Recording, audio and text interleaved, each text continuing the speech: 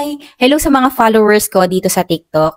Meron lang akong mga favor sa inyo mga mommies o sa mga viewers or followers here on TikTok. Sa mga nagpo-follow sa akin, for sure alam nyo na yung Facebook page ko is naban siya last December 2023.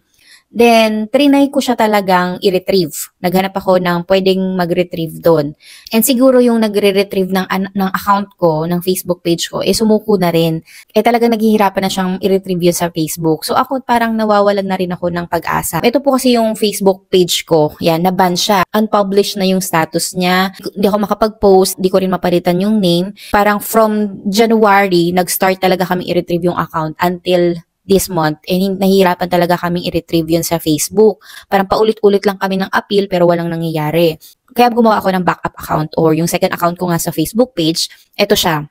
Diyan ako nagpo-post ng mga content ko, informative videos, and I hope sa mga followers ko dito sa TikTok, baka naman po, o hingi lang din ako ng favor sa inyo na sana i-follow nyo rin yung Facebook page ko. Kung sakali talagang hindi ko na ma-retrieve yung una kong account, at least makabuo ulit ako ng bagong community dito. Sana matulungan nyo ako palakihin ulit yung community ko sa Facebook. Malaking bagay din kasi yon sa akin as a content creator sa trabaho ko na to. Sana matulungan nyo ako to follow my page and also share my page. Thank you in advance sa mga magpa-follow and thank you for watching.